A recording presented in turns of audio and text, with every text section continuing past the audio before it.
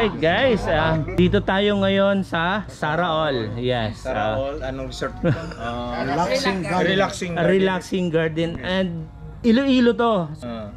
The king of Philippine Loopers, si Sir Andy. And nagpapasalamat tayo sa pag-welcome sa Saraol, Iloilo. Sir Andy, masasabi niyo sa kanila? Thank you po dahil from the start we begin sa Iloilo hanggang dito. We appreciate yung welcome ng mga Ilonggo. Very hospitable, friendly, and talagang alam ko na talagang they are welcome dito sa mga bisita ng Iloilo. Yung mga outsider. So at least malaman nila na they are welcome here in Iloilo. So yung mga nasa Luzon, gusto pumunta ng Iloilo, you have to come here and appreciate the hospitality ng mga Ilonggo. Hindi lang mga hospitality nila, food, test niyo yung mga food dito.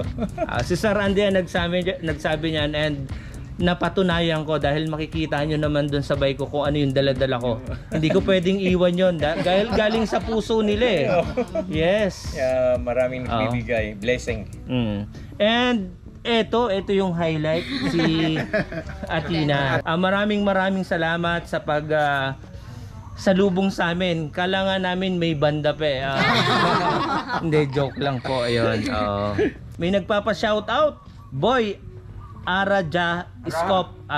Boy Araha Iskopa Bikers. And shout out po sa lahat ng bikers ng Iloilo. And meet natin kanina kay Sir Wing.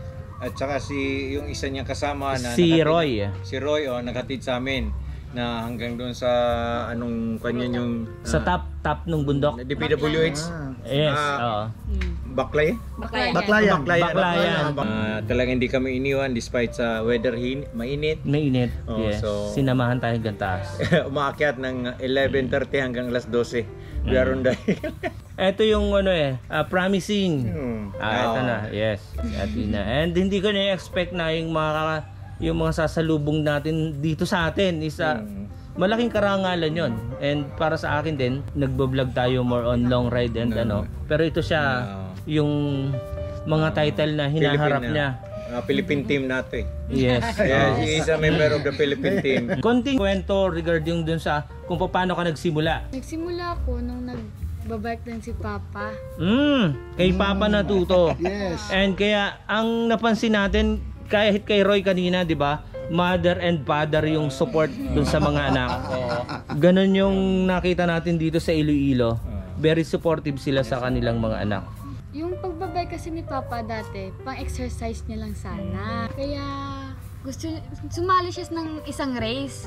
Tapos parang bumili siya ng bagong bike. Yung ginagamit niyang hindi niya pinaglumaan. Hindi niya na ginagamit. Kaya nag-try ako. Sumama ako sa kanila ng ride. Tapos ay nasabi ng mga kaibigan niya, may potential daw akong magkarera. Kaya nag-try ako ng karera. Doon ako nag-try sa Barotac. Nandoon din yata nila Ariana. Yung first race ko. Pero nung Sunday is kids race. Nung champion din ako. Tapos ilang taong ka nun? 13. 13. And ilang taong ka na ngayon? 16. 3 years na very talagang effective. Sobrang training atang ginagawa nito kasi wala namang pamimilit galing kay tatay. Dahil ako 40 years na nagbabike, di madali Pero yun yung may na-achieve agad nung 3 years pa lang. May talagang may performance 2019 yung Batang Pinoy. Parang palaro yan. Sa Batang Pinoy. Ilang taong kayo nung napasok ka sa 14. Yes, congratulations sa iyo. Wish ko lang din may mas nandun pa sa higher position and representative ng Philippine team ito. Yes. Hindi, kumbaga kayang-kaya naman kasi yung tatay at nanay supportive. Kahit si kanina si Roy, 'di ba? Ganun din. Pero aside from parents support, kailangan din natin ng LGU. Yes. We need to tap the LGU kasi even mahirap naman sa parents na i-shoulder lahat yung mga expenses. It is a big naman. So they have to tap the LGU. LGU local but national. Kasi national level na yan eh. Kailangan dyan, tiyagaan lang talagang kailangan nilang follow up kasi it is politics din na kailangan nila na mag-follow up. Mangyayari yan kasi nandito tayo sa Sara All. Sara All. Sara All, yes. At isa pa, yung Ingelio talagang supportive. Yung nice mayor one. namin, si John Onek Aying, siya talaga ang nagpadala kay Athena doon sa Batang Yes. Pinoy. At sa mga laro niya, yung mayor namin, So, tulong. it's just nice na may support na sa LGU. Di ba parang yun, nakarating tayo dito and yung sumalubong nga sa atin, eto, hindi natin mapahindihan na yun talaga, at least maparating din natin doon sa iba na nakapanood, ibang lugar na ganon yung treat dito sa Iloilo. And welcome yung ibang bikers o yung gusto nilang Panay Looper. Eto, marami sa inyong sasalubong and may experience nyo ron sa mga local kung paano sila mag-treat sa mga bisita. Yung 2020 naging gold medalist din po ako sa youth at junior. National. Opo. National din yun. Philippine Cycling yun eh. Philippine Cycling. Wow. Pang SEA Games na yun. SEA Games. So, kaya lang walang laro walang kategory ata yung kategory nila. junior. Nagpapahinog pa, nandun na sa Nasa stage na. So tama naman na huwag kang didiretso, kailangan stepping stone yan eh. So you start from the para hindi ka mabigla. Kasi Yes. ibang kategory pag umakyat ka, high level na rin yun eh. Nabibigla. Kasi may iba na gusto na agad umangat doon, pero magandang nangyari yun para yung stages mo slowly. Ang kuha mo lang dyan, exposure. Constant training, pero watch out din sa training mo na huwag ka masyadong ma-expose. Baka Ma-over. mahilig ka sa TikTok. Focus lang. Parang mawala ka sa focus nun. Yung may nahihiligan kang ibang bagay. Isang advice din na mahilig ka sa sport pero yung education mo Huwag pababayaan. number one na kasi ako mahilig talaga ako sa sport pero yung education continuous. Number one yan, you have to be in profession kasi hindi lifetime yung sports. Hindi ka makaka-income ng tama niya pero yung education, you have to get the money there. Matanda tayo kasi pag yung bike, wala na. Wala na, yeah. Parang lumipas na, wala na eh. Yung highlights mo, wala na. Ma'am, anong feeling nung yung anak nyo is may mga na-achieve? Para sa akin, parang proud talaga kami. Proud parents, syempre. Yeah. Kilala si Athena, hindi lang sa ibang bayan or sa ibang lugar. At least sa natawag na Philippine team, Philippine Cycling, nandoon na yung pangalan niya. So I'm very proud nga si Athena is one sa magaling maglaro talaga. So yung support namin talaga, binibigay din namin sa kanya. Kahit yung sabihin mo yung panalo mo, kunti lang, mas mas malaki pa yung gastos, pero sabi namin, sige, parang nagsusugal ka rin eh. Parang sugal din, di ba? Yes. Kailangan magkapital ka muna dyan bago mo ma-achieve. Sabi ko sa papa niya, sige lang pa, kahit kumakain lang tayo ng tuyo, basta importante si Athena. Kasi parang yun ang yung kapital namin eh. Pagdating ng tamang edad, at saka marunong na siya talaga na siya na lang, na siya namin. Ibigay na namin sa kanya, at least alam niya na lahat ang tama at mali na hindi binibigay nag-guide nyo siya ng maayos.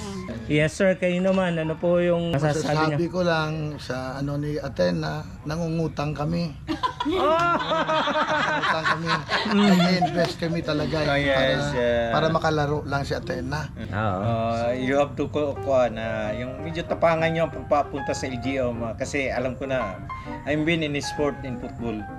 So naging national referee din ako. My son is also in national team sa football. Naging player din siya ng kuan. So I know how it is difficult talaga na kuan. Pero I'm proud na member ng Philippine team. It is very good. Yung pili mo iba. And yung anak mo na napasama sa national team. So you are representing Philippines. So it is good. Keep it up, Athena, and then try na be in yourself. Kasi wag mong titingnan yung iba. Don't yung concentrate to your own way. Tignan mo yung pathway mo. Just wag kang yung nakita mo yung competition na may mga hindrance. Keep it black. Concentrate your mind and go. Salamat din kami. Take it to the expert. Yes. Isa pa siya. The king. And yes, tuloy-tuloy na yan. And sana maabot mo yan. Yun yung natin kumbaga yung sa cycling, ang daming may potential dito sa atin. Kaya lang, Kailangan support talaga. Number one ang support kasi hindi kaya ng mga parents kasi Yes. apart from yung personal kanya pero yung equipment number one na pag hindi maganda yung equipment mo maski ano pang training mo. May nagsusupport din sa kanya, may sponsor siya. Si tawag nun? Kit Defebre. So, Yun. at Shout least, out po you're, sa you're mga lucky one. sponsor and supporters lucky ni one. Athena. Yeah. You're very lucky na Tulong may din mga siya. one kasi difficult to find a supporter. Lalo na pasalamat din kami sa mahal na Diyos kasi siya yung nagbigay ng strength sa Athena. Siya yung lahat na galing sa kanya lahat yung mga lakas ni Athena eh. Ang Panginoon nandyan sa kon mo. At least always pray. Pray. Always to your ride just no matter what the result always try your best and then once na na-achieve mo na yan darating na yung mga kambaga pag nanalo ka blessing yan. So always kon lang sa parents mo just always respect them. Number one Yes. talaga you acknowledge where you go. Alam ko kasi mga bikers layas yan. Talagang minsan bigla na lang ikaw dito minsan nakakalimutan na magpaalam. So yes, always kasi at least concerned din sila sa safety dahil kung just in case alam mo naman on the road you cannot tell just recently may nangyari yun sa so just always be pero alam ko mabait ka eh. And one question, dun sa race mo is hindi mo mawawala yung semplang and nakikita ko sa braso mo and sa mukha mo yung ano yung pananaw mo and pasok sa isip mo failed to or what? Nagtutrauma din po ako nung nag-try din ako sa rock garden nung sa national. Parang ayoko nang dumaan, takot na talaga ako kasi may mga sugat-sugat na ako, baka masimplang ulit ako. Pero may isang taong nagsabi sa akin na ng mga part kay God. Kaya doon ako sabi ko, pag dadaanan ko lang to, mabilis lang to pag nadaanan ko na, hindi na to mahirap. Nag-try ako, kaya yun, na-try ko, nadaanan ko yung rock garden. Na-overcome mo Yung rock garden po. Pero yung lags doon, hindi talaga, natakot na ako. Binaba niya na lang eh. Hindi niya pwede naman maraming way para may ko naman yan. Kasi hindi naman talaga na dadaanan mo yan. You can choose what you want. Kasi ang finishing time naman yan eh. Wala may namang ibang tinatakbo na lang or what. kasi wala namang penalty yan eh. Wala namang penalty yan. May ano pa rin, mental challenge din yung mangyayari. Maraming salamat po sa mainit na pagsalubong and sa paunlak na makunang ko kayo ng pahayag. Yes. Ayun, maraming salamat sa iyo, Sir Andy. It is your May yung mga nangyayari sa amin is ewan ko, hindi kami nag-uusap. Isang beses lang kami nagkausap nung galing niyang Baguio and nagulat na lang ako nasa pintuan ng bahay namin. Basta binigay ko lang yung address. Parang surprise and yung sa haba ng kwentuhan namin, biglang nangyari tong panay loop na pasama kami with some other friends. Yan. And yung nangyayari sa amin dito sa Iloilo is blessing. All miracle na maraming mga bagay na it's difficult na ikaw mo pero talagang yung blessing ni Lord is always there. So pag biyahe mo you trust. Kaya yun, maraming talaga. Kaya nga sabi ko, alam ko na kasi dati na ako 1982 nandito na ako naglalaro ng football. First National League. So kaya alam ko na medyo welcome talaga mga tao rito. Nung nakita namin si Catalan, si unexpected, nakita niya, patapos tanong lang ako na pwede saan mag-breakfast. So nag-offer agad siya ng pre-breakfast sa amin. So thank you, Jens Catalan, kung mapapanood mo to, thank you very much. Thank you for welcome sa Barotac Nuevo. Alright, thank you po and thank you, sir. Okay. Athena. And yun kay ma'am. Alright, thank you very much po. Thank you.